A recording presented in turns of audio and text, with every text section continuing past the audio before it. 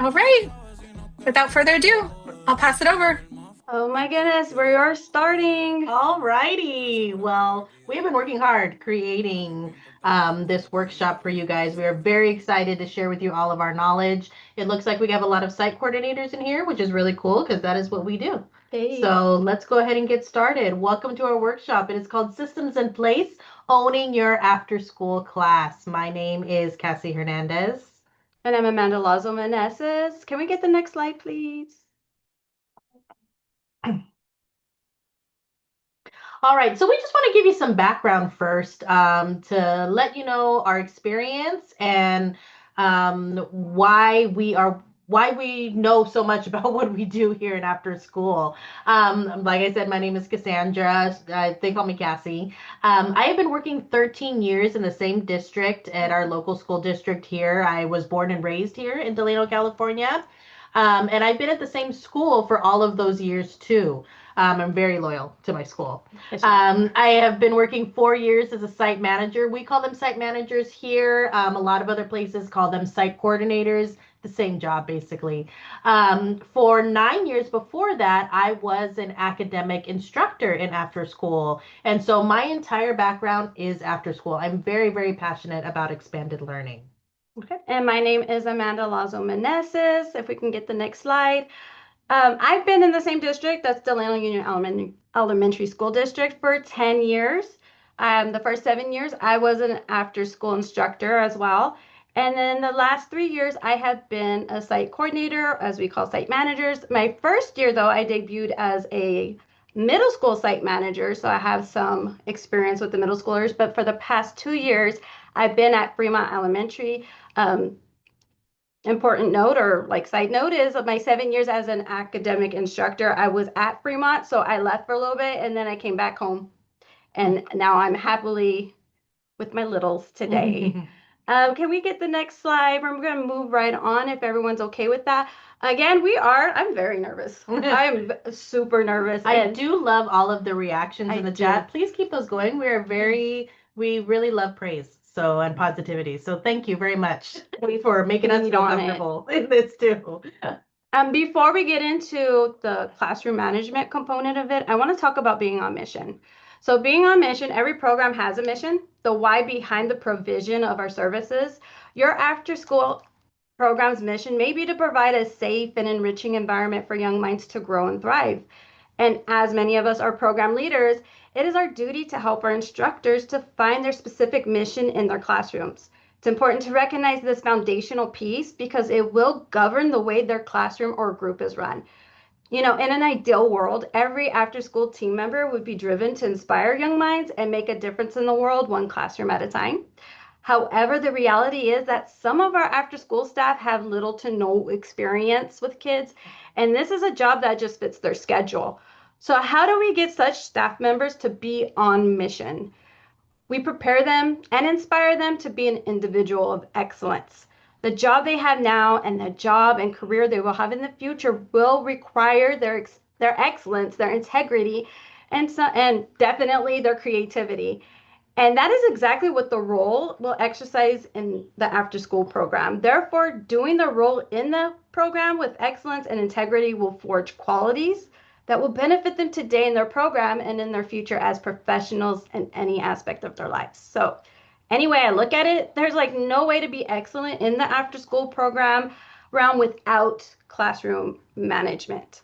So my colleague and I have brought this topic today because we both believe the power of classroom management, and in our 10 plus years working in this beautiful space after school, we saw little training on the applicable approaches of classroom management. So now, can we get the next slide, please? So, what is classroom management? We all know classroom management as a way to control the behavior of your classroom. But it's so much more than that, and it really gets down into the heart of the classroom. At its heart, classroom management is really about building genuine, empathetic relationships that create a safe and supportive and respectful environment where students feel valued and ready to learn. You want students to be able to feel safe in your presence after school. You want students to be able to feel that their voice is heard in your programs. You need to be able to build those relationships with them. And we hear that all the time. Build relationships. You need to build relationships. But the reason why we hear it all the time is because it works, guys. You really have to build those relationships with your classes and with your students in order to know that they are really going to show up for you in that classroom management realm. Now, a couple of things we're going to talk about when we're going through this workshop is the role of teacher presence and consistency. Your presence in that classroom as an instructor or even as a site coordinator is really valuable and can't be unmatched. It's really important that you show that consistency and you show up every single day in a way that students really see the value of being in your programs. And understanding also that behavior is communication. Not every negative behavior is done so in a way that is a reflection of how that student necessarily feels about you. We can't take behavior personal. It is usually a communication of something that's going on in their regular day lives and their outside of school lives that if we try to understand, then we could really make sure that we get them to buy into our classroom management strategies. You need the next slide? Yes, next slide, please. All right, if you can skip this one. Our apologies. Our apologies.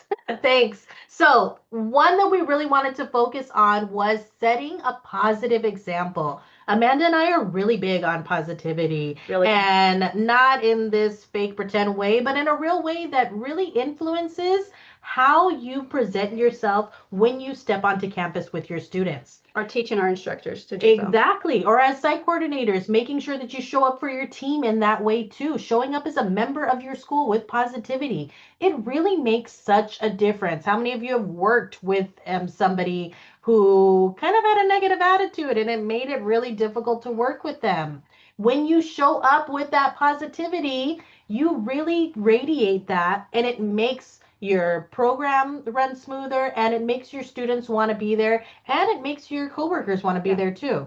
Teaching after school includes so much more than what is on your lesson plan because after school programs are really tasked with mentoring and guiding children at the most challenging part of the day. These kids have been sitting in their classrooms for 8 hours and they have been told to sit down. Don't get up out of your seats. Raise your hand if you have to use the bathroom. Do you need water? Well, you need to raise your hand. And they're given these instructions all day long for 8 hours. By the time they come to us and that bell rings, they are tired and they don't want to be talked at. They want to be talked to and understood. Yes. So the tone and the attitude that you set is really essential in showing kids that you value them and you want to be there. Yes. An important way to do that is by showing them the value of being on time, by you being on time, by your instructors being on time, being prepared and organized so that they model those behaviors. So much of what we do in after school and so much of we do just as educators isn't necessarily about what's in the books. It's more about making sure that we are building young lives to become young adults, to then become adults, to then become the future. And it's really important that by doing that, that we handle any mistakes, negative behavior with grace, patience, and understanding. Yeah, being the example. It reminds me, my mother used to tell me, do what I say, not what I do. That did not work. Nope. That did not work. And I bring that into our after school program. Let's do what we say that we're going to do. Yes. Do as you say. I don't even remember how. I'm going to let that one Yes. Go ahead and go to the next slide, please. Consistency and accountability. You're going to hear us say consistency a lot. Do not get bored of it. Just let it get drilled in. It's so important, guys.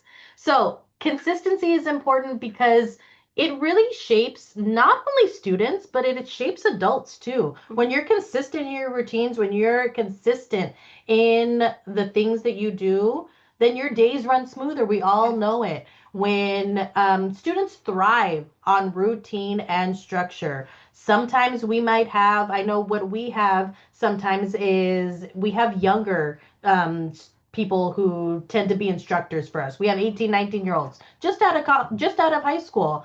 And we really have to drill into our instructors the importance of routine and structures, that you're not going there to be your students' friends. Yeah.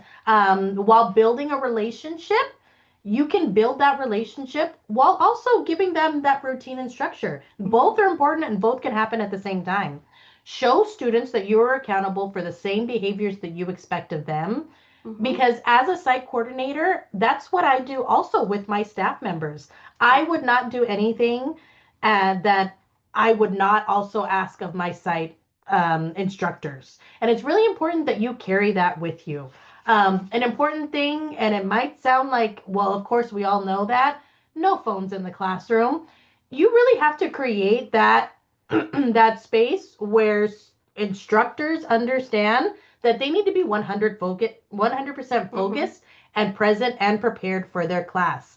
Show them on day one what your expectations are for every task in the classroom, and make sure to stay consistent. Throughout this workshop, we will be talking about different questions. And the reason why we pose them as questions is because when we were going over it, we wanted to make sure that we weren't just telling you, hey, this is the 100% way to get great classroom management in your programs, and if you do all of these things, then you'll have a great classroom. That'd be a lie. It would be a lie, because my program is completely different than your program. We have no idea how your programs run on a day-to-day basis. Everybody's program runs differently based on the needs of what your school site or your after-school program is. So we're going to go over different questions, and it's things that you can think about so that you can see how you need to implement them in your classes. So such as, how do you enter the classroom? How do your students walk in a line? And what is the procedure for asking for help for materials? When you find out what things work, then reteach those expectations and procedures instead of letting things slide. When you're sitting there and a student is not following expectations and you're telling them over and over again, hey, you need to sit down. Hey, didn't I tell you to sit down? You should be sitting down, shouldn't you? Hey, sit down. It just becomes white noise to kids. We all know that. But if you task them with saying it in a different way and reteaching expectations, right, Amanda? Yes. Then you make sure that they understand what it is that you're teaching. Exactly. If you tell them stop running in the hallway, but you stop them, why don't we run in the hallway? They have the answer. They know why. It's because I might fall down. Well, then, do I want you to fall down? No. Do you want to fall down? No. Then what do we need to do? We need to walk in the hallway. Instead of like, don't do this, don't do that. You just become a nag. Yeah. We don't want to be a nag. All right. Next slide, please. Navigating challenges. We all know that in after school, there are so many challenges that we face that a lot of times the regular day don't even understand what we face if you're only working in after school. Now, working with students after school, you might have a lack of classroom space. You know, put a thumbs up in the chat if you don't usually have a regular classroom space where you work. I know at my site, we are sometimes hopped around all over, and we walk into a classroom that we're supposed to use, and then we find out, oh no, that a class was already using it, and we have to pivot. A lot of what we do is pivoting. We last minute changes in schedules where maybe they're having an event in the cafeteria, and normally you use the cafeteria to eat after school, but it's unavailable, so you got to find somewhere else to be, but the weather outside is freezing and you got to find somewhere other than outside for them to be. Behavior issues that stem from during the regular day that then spill onto you during the regular after school, and maybe you don't have you have a lack of support on campus because you are faced with just different challenges. Different challenges. Yes, exactly. So the thing that we need to handle those challenges is how we handle things that don't go according to plan, because that is what truly shapes the culture of your class. Do you get frustrated when your students act out and jump to conclusions? I know when I started, that's how I was. Or do you remain calm and assess the situation to understand with empathy? I'm going to tell you right now, the second way is the way to go because you have to understand that students are people. They're not just robots that are going to sit down and be quiet whenever you want them to. They're people with feelings and emotions, and we really have to nurture that. So if you take a moment to understand what led to misbehavior issue instead of assuming the worst, Yes. then you get so much further. And also something a red flag is never talk badly about students in front of their peers. I've had it where I've seen teachers, yell at a student across the cafeteria, and then that shame and embarrassment that you see on that student's face, they're not going to listen to you. That just causes them to shut down. It causes them to feel negative, and it doesn't bring that community into the classroom that they really want it to be. And when you teach them these things and you handle these moments with empathy and understanding, you really teach your students to handle their own conflict resolution skills. Next slide, please. And I really like that in the chat, what you said about adapting and pivoting is our superpower, because it truly is. That's where the creativity comes. Yes. We need to train up our instructors. It's going to help them in the long run. Oh, so I just want to say thank you, Cassandra, for front loading us with the why before the what. So now we're going to get into the proactive classroom management strategies. This is preventing issues before they start. This includes setting and teaching clear expectations, establish consistent routines and procedures, which I call systems in place. We love our SIPs. Yes, we do. Preventing behavior issues through engagement and using positive reinforcement and acknowledgement. Let me ask, you don't have to put it in the chat, but just maybe think to yourself, how many of us actually started our after school experience like mid-year? Or as coordinators, you had to navigate turnover, which leaves your students with an inconsistent beginning with sub after sub, new rules, new expectations every time. And I have a story I'd like to share, a personal one that highlights the strategy of positive reinforcement and acknowledgement. It's a story about the class I walked into on my first day as an after school instructor. We all remember that class. It was a class, for me, it was a class of 24 fourth graders, and bless their hearts, they have participated in the Power program. That's our after school program since they were in second grade. And all the while, they never had a consistent instructor until I, Miss Amanda, come walking into their class, all bright-eyed, ready to inspire the young children. I had 3 days to shadow a substitute. And poor girl, she looked like she was barely getting through the 3.75 hours with these lovely kids. These students came from rough homes. It was the school's vision to place them in after school because they were safer with strangers than they were in their own home. And thankfully, I had some experience with children. I definitely came in with a clear mission on my heart. But rough does not even begin to describe the absurd difficulties of that group. Tears were definitely shed for many days, and not from them, but it was for me. I felt dread going into work. I doubted I had what it took to do the job. Again, it was that mission I came in that nagged at my heartstrings and pushed me to do the one thing I knew others had failed to do with them, and that was to show up consistently. So, as I reviewed the slides, I almost feel that using positive reinforcement and acknowledgement should have been written down first. Because do you think going into that classroom as the stranger and telling them my expectations mattered at all to them? Absolutely not. But I knew one thing, going into that classroom, pointing out their mistakes, their bad attitudes, and then trying to throw my authority around was not going to fulfill my mission. Instead, I had to spy the good. I had to remind them of something they forgot. They are good and they have goodness to give. And I see it and I believe in them. Of course, they thought I was completely crazy, but eventually they shifted and I gained something from them that was more precious than gold. I gained their respect. And I wish I could tell you that they were the most well-behaved people and my systems in place were perfect and we just sailed off into the sunset. But the truth is they challenged me and they made me see how important procedures are and how having a mission anchors our vision when the going gets tough. And I will say that first class gave me my momentum to be here 10 years later. So here is the why before the what. If I can get the next slide, please. So clear rules and procedures. This is creating a roadmap for kids. This is where my first year was murky, and I want to inspire our frontline instructors and coordinators to be steadfast in this area. Establishing clear rules and expectations provides structure and boundaries for our students. When students know what is expected of them, they're more likely to adhere to the expectations. Consistent enforcement and expectations helps establish a predictable environment where students can feel safe and secure. Essentially, our rules and expectations are the stops and starts that create a functional class.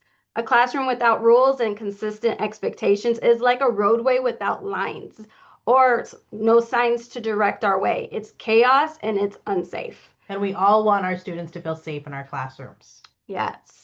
We also collaborate with students in the rule setting process. We want to promote the student buy-in in our classrooms. Research shows that students who participate in creating the classroom rules are more likely to internalize and follow them because collaboration helps students to feel valued and heard, therefore reducing the misbehavior and creating community. It's really important that we make sure that students know that they are a part of that after school community, and that's really what we're trying to explain. Exactly. An additional note I do want to add is we keep saying consistent. Yes, procedures need to be consistent, but there are going to be those moments, as Cassandra was saying, moments where or situations where a class or group leader has to pivot. This change in the schedule or procedures is an opportunity to show collaboration because collaboration can shine in those moments. When we communicate and explain changes to our students, we are promoting community and demonstrating the golden rule that we're treating them the way we want to be treated. A simple example is, hey kids, tomorrow we will not be meeting in the cafeteria at the beginning of our day. Instead, we will meet in the classroom because the cafeteria will be used for a meeting. This is letting them know that they're important enough to be informed and that you're saying, this isn't my class, this is our class. Mm-hmm. And going back to that roadmap analogy, communicating changes is like seeing a detour sign and letting the participants know which way to go and promoting safety and support. Exactly. Students deserve to know what their schedule is in the given day, just the same way that adults need to know what our schedule is in a given day. Exactly like you said in the chat, so many educators forget our youth are whole people too. They're not just kids who have to be told what to do. We have to get them to feel that sense of community. I love that. Yes, they're not kids. They're people to me. Exactly. They're people in transition. Can I get the next slide, please? Okay, systems in place, the daily procedures. We're about to get into that nitty-gritty, the fine details I wish I had developed in my first year. And we're going to go over the systems in place for the following. We're going to go over greetings or the beginning of the day, entering the classroom or your designated area, materials, transitions, lesson delivery, behavior monitoring, and dismissal. And I provided questions I wish I asked myself in the beginning of my journey. And now I ask my instructors in order for them to form their daily procedures. But before we get into the questions, I would like you to think about the systems in place you have in your program. Can we go next slide? So we think that this is really important because collaboration obviously is why we're here. We're here to collaborate, to hear everybody's different ideas. Everybody's from a different program, from a different school, from a different district. And so what we're going to do now is we're going to break out into some breakout rooms. And we would like you to share in probably about 8 to 10 minutes what procedures are really working for you and share areas that you're looking to improve in your classroom management. We have people who really think that, you know, these things work really well for them or that these things don't really work well for them. So discuss that and collaborate with each other in those breakout sessions. I don't know if 8 to 10 minutes. We're kind of late. Oh, yeah.Maybe about 5 minutes. Let's do a 5-minute breakout session instead. Malia, thanks. Perfect. What did I do? Oh, I forgot to say. When we return, let's be cheerleaders for each other and share something you heard from your group mates that resonated with you and why, please. Thank you. All right. So enjoy your chats, guys. Thank you. We'll see you when you come back. And let me know if anyone has any trouble getting into your room. I could try to help navigate you there too. Okay.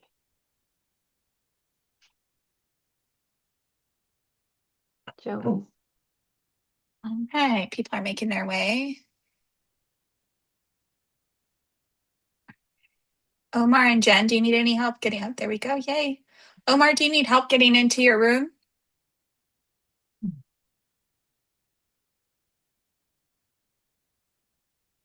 Hi, Omar. Hi, Omar. Hi, Bill. Welcome Right. to our Or you breakout can room. just, yeah, You can hang out hang with out. us. Hey, you can stay if you'd like to stay. No problem. We're here. What do the kids say? AFK? What does that Away mean? from keyboard. I like what you said. What Oh, did the kids say? That's a really nice way to put it. My breakout rooms. No, it's evaluators. Okay. Everybody. Sorry, my friend. Alrighty. Well, welcome back, everybody. I see we have some rooms still open, right? But they're coming back in. So as people are trickling back in, into our room, welcome. If you want to drop some things in the chat, some things that resonated with you, like we said, we're going to be cheerleaders for each other, cheerleaders for ourselves. If you want to drop some things in the chat that resonated with you, if you have wisdom that you want to share about your program, something that works for you, a system in place that you have already or that you'd like to have, go ahead and do that. And if anybody wants to share out loud, we'd appreciate that too as well. We love to hear voices. We love to collaborate. Somebody said, I love how one person said they give leadership roles for their older students. Amanda loves that. That's something we're going to touch on later also. And some are leaving because the bell just rang. Oh, you're welcome. You're welcome. Thank you for coming. So they give leadership roles for their older students. Yes. Yes, we love leadership roles. We love classroom jobs. It's a big thing that we are big champions of. So we're excited. Yeah, I'm big on the buy-in. Yes. Like, this is not just my program. This is our program. Exactly. My mission for my after school program is that it feels like a second home, a place of belonging. And what more better way to belong than to like have buy-in and have your voice be heard. Yeah, exactly. Even we have a TKer, even she feels so at home here. I had to tell her not to fall asleep on the floor. They're dirty.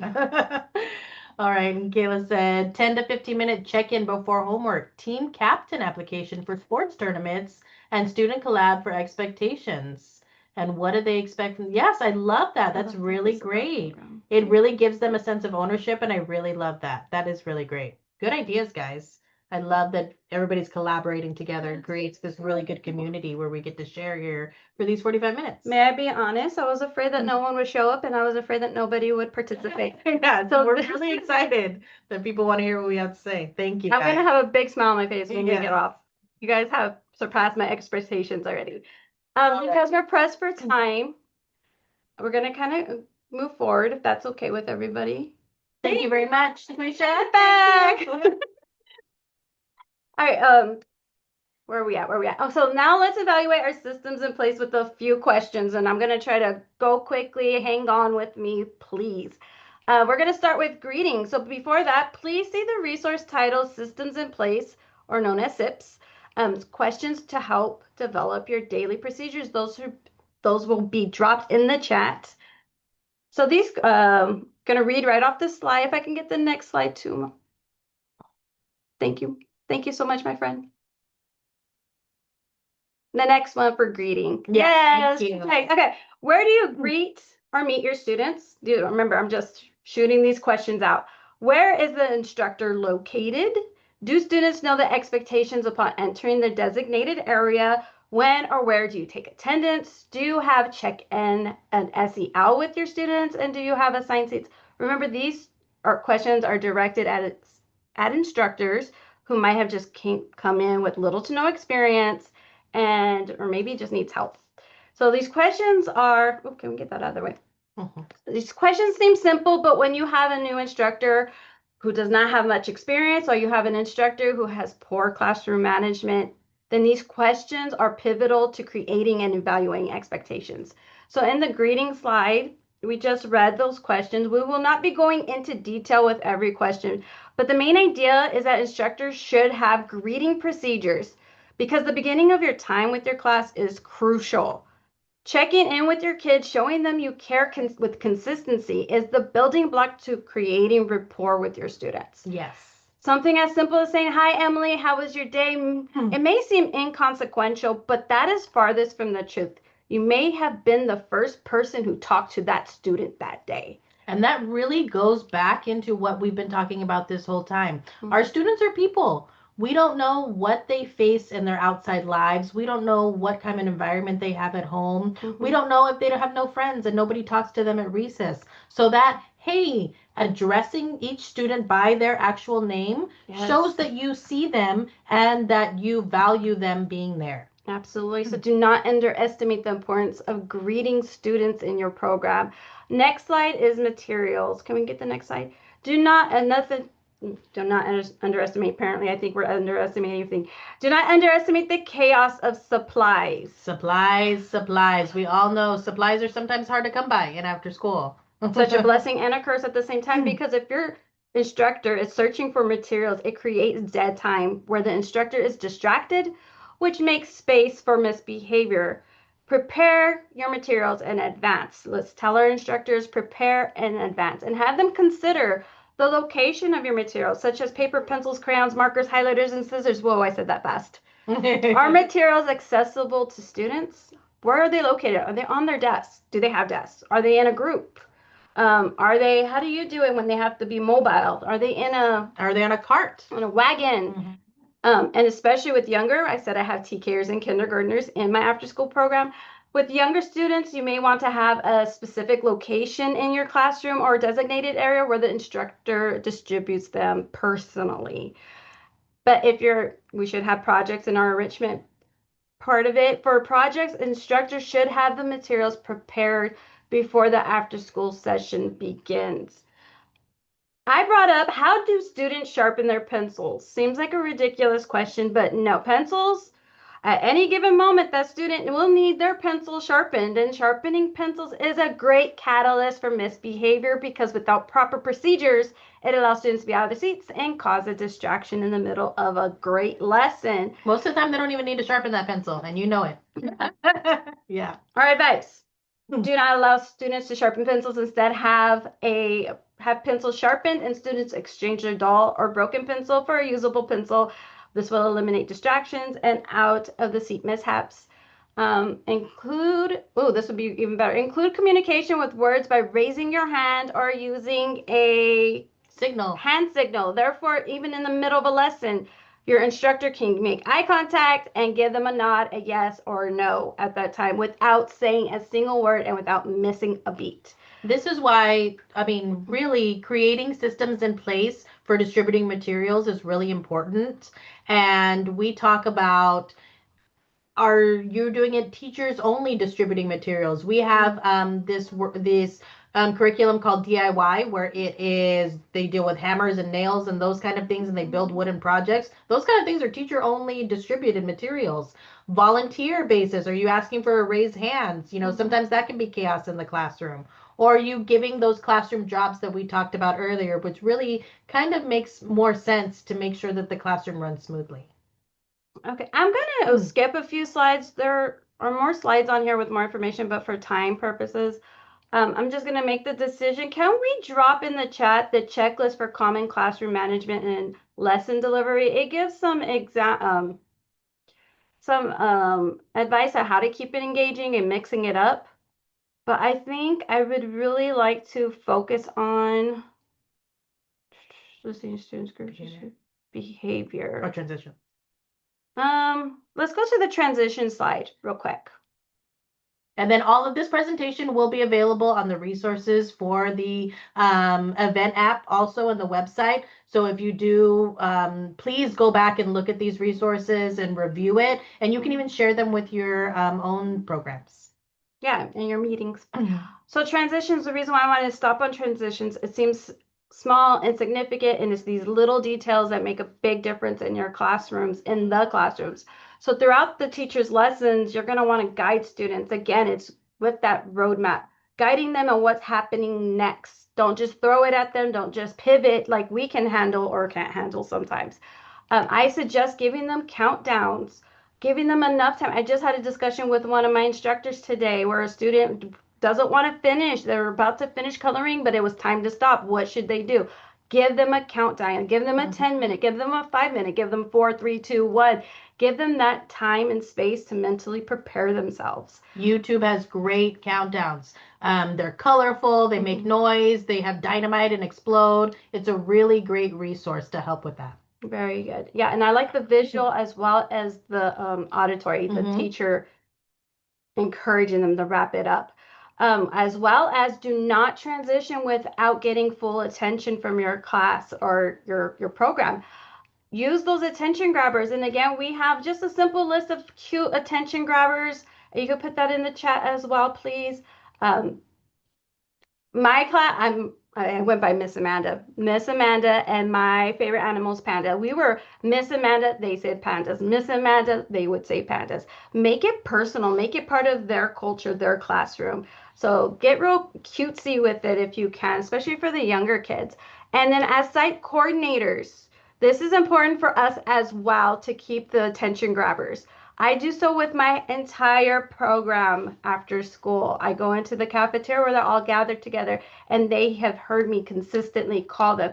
I say, oh, power, and they will say, oh, yeah, consistently. So whenever I say, oh, power, quick, oh, yeah, and then they get quiet. And this is important because in a moment of an emergency where I need to get their attention without causing panic, that's what I'm going to go to. And it's going to keep their stress levels down. I'm just going to say, oh, power. They're going to say, oh, yeah, we're going to go outside and we're going to do so in like 2 minutes.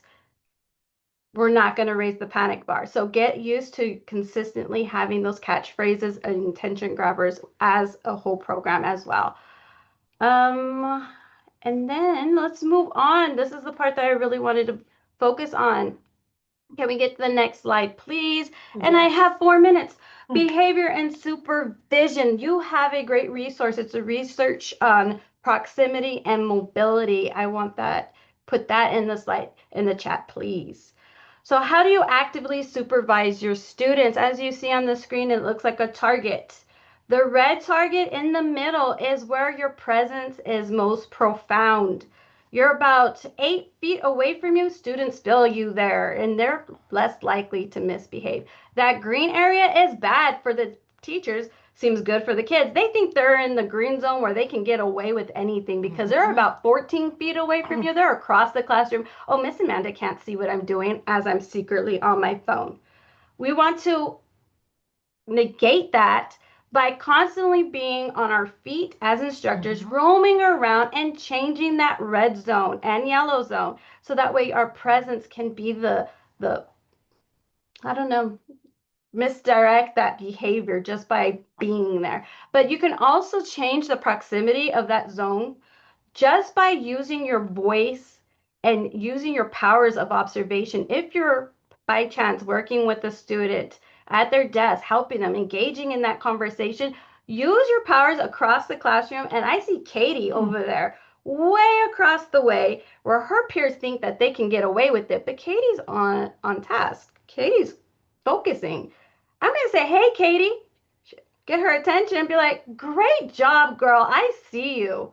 All of a sudden, those kids around Katie know, oh my goodness, Miss Amanda can see what I am doing.